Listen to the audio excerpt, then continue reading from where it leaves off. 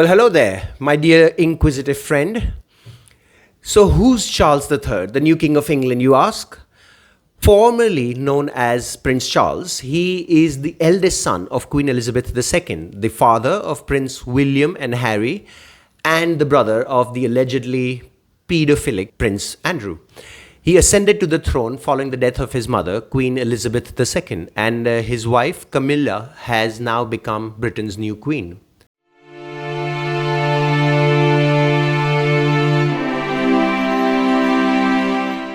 I, Charles, do solemnly and sincerely, in the presence of God, profess, testify, and declare. So, what is the British monarch's coronation ceremony like?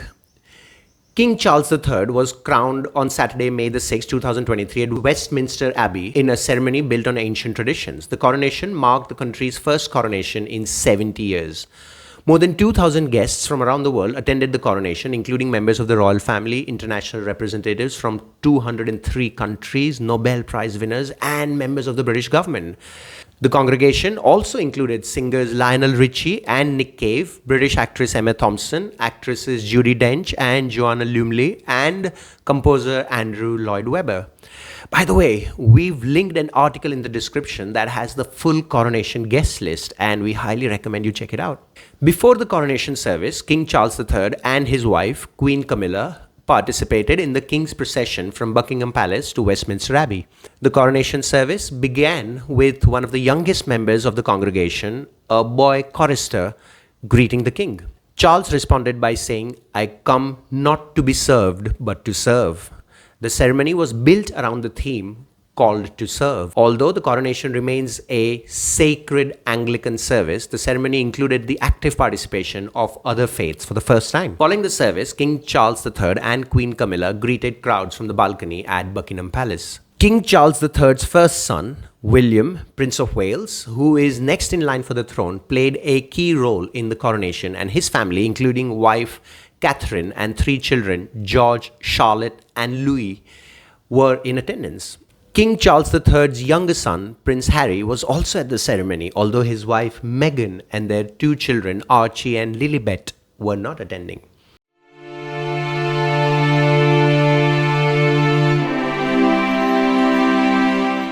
What is the background and early childhood of Prince Charles like?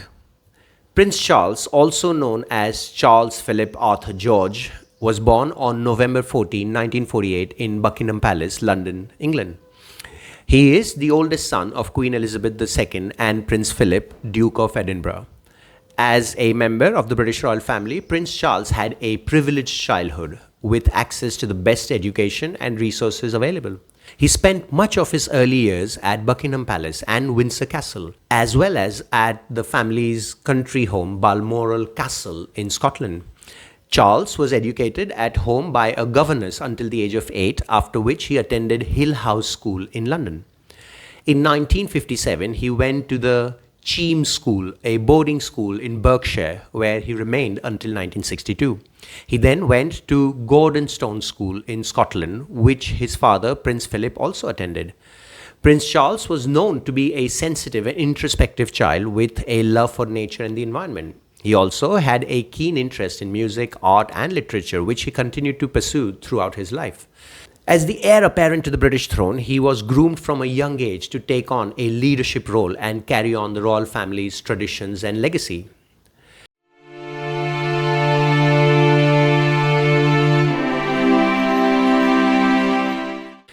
Prince Charles, as he was formerly known, has been in the public eye for decades, and in that time he's managed to rack up quite a few controversies. So let's dive in and explore some of the most notable ones, shall we?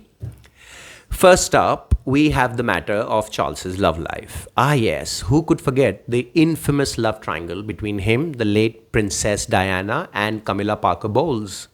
It's the stuff of tabloid legend. But while it may have been scandalous at the time, it's worth remembering that Charles and Camilla are now happily married. So hey, maybe there's something to be said for following your heart, even if it takes a few decades to get there. Moving on from matters of the heart, we come to the prince's environmental activism. Now, this might not sound like the juiciest of controversies, but bear with me. See, Charles has been a vocal advocate for environmental causes for years, so much so that he's earned the nickname the Green Prince. But some have accused him of being a bit hypocritical given his penchant for private jets and palatial estates.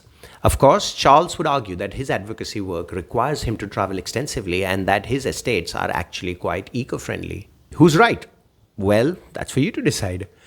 Next, we have the matter of Charles's role in the royal family. As the heir apparent, he's been waiting in the wings for decades, and some have speculated that he'd been chomping at the bit to take over from his mother, Queen Elizabeth II. But there were also those who worried that Charles may not be up to the task, that he's too old-fashioned, too out of touch with modern society. Of course, Charles would likely counter that his many years of service to the royal family have prepared him well for the job. And let's be real, if anyone knows how to wear a crown, it's this guy. Last but not least, we have the matter of Charles's sense of humor. Believe it or not, the prince is actually something of a jokester, albeit with a sense of humor that is as dry as the British weather.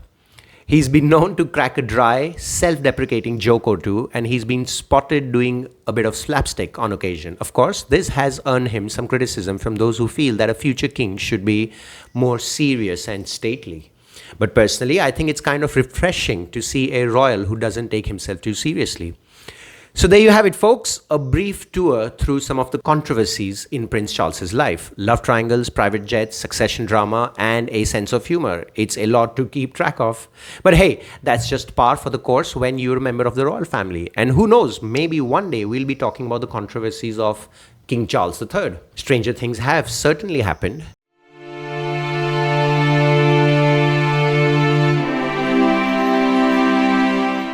So, do Britons even care about the monarchy anymore? It's quite an interesting question we've got here. So, let us put on our scholarly hats and try to answer that. First things first, let's establish some background information. The monarchy, as we know it today, has been around for over 1,000 years. That's right, over 1,000 years. From William the Conqueror to Queen Elizabeth II, the British monarchy has seen its fair share of triumphs and tribulations.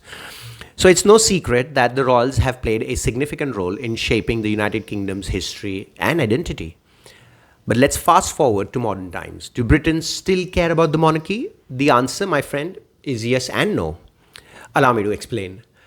On the one hand, there are those who are fervent supporters of the monarchy. They believe that the royal family represents tradition, heritage, and national pride.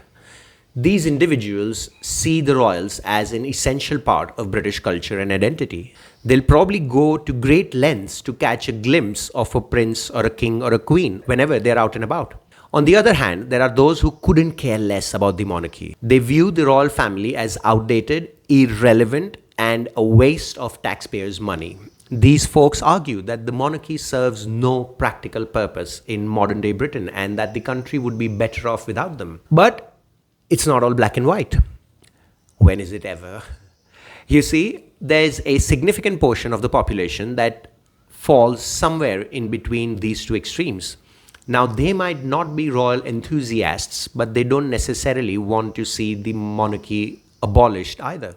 For these people, the royals are more of a source of entertainment than anything else. They'll watch the royal weddings, laugh at the memes, and perhaps even take a passing interest in the royal scandals. So there you have it, my friend. The Britons' attitudes towards the monarchy are a mixed bag. Some love them, some loathe them, and some are just indifferent. But one thing is for sure, the royals continue to be a topic of conversation and intrigue in the United Kingdom.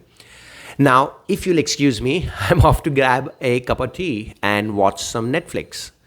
Just like the Britons, I too have a complicated relationship with the monarchy. Sometimes I care, sometimes I don't. Cheers!